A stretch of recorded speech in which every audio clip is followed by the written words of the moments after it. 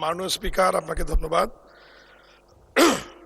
জনাব কামরুল ইসলাম কামরুল, 224 সুনামগঞ্জ 1-এর প্রশ্ন উত্তরে এইটুকুই বলতে চাই, হাওর এলাকায় ফার্ম এক্সেস রোড নির্মাণের ডুবো সড়কের একটি প্রকল্প অনেক আগেই তৈরি হয়েছিল।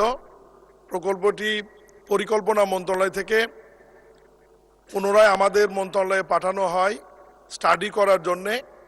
এ ধরনের প্রকল্প নিয়ে আমাদের একটু বাজে অভিজ্ঞতা রয়েছে।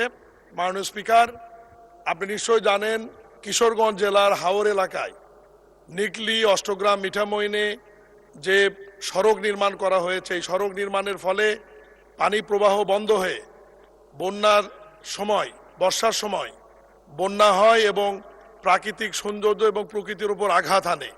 সব বিষয়গুলো নিয়ে স্টাডি করে প্রকল্পটি পুনরায় আমরা একনেকে প্রেরণ করব এবং এ ব্যাপারে মাননীয় প্রধানমন্ত্রীরও নির্দেশনা রয়েছে যে পানির প্রবাহ বন্ধ করে যেন এ ধরনের কোনো প্রকল্প গ্রহণ না করা হয়, প্রাকৃতিক বিষয়গুলো সমৃদ্ধ রেখে যাতে কৃষকেরও উপকার হয় এবং ডুবো সড়ক নির্মাণ করা হয়।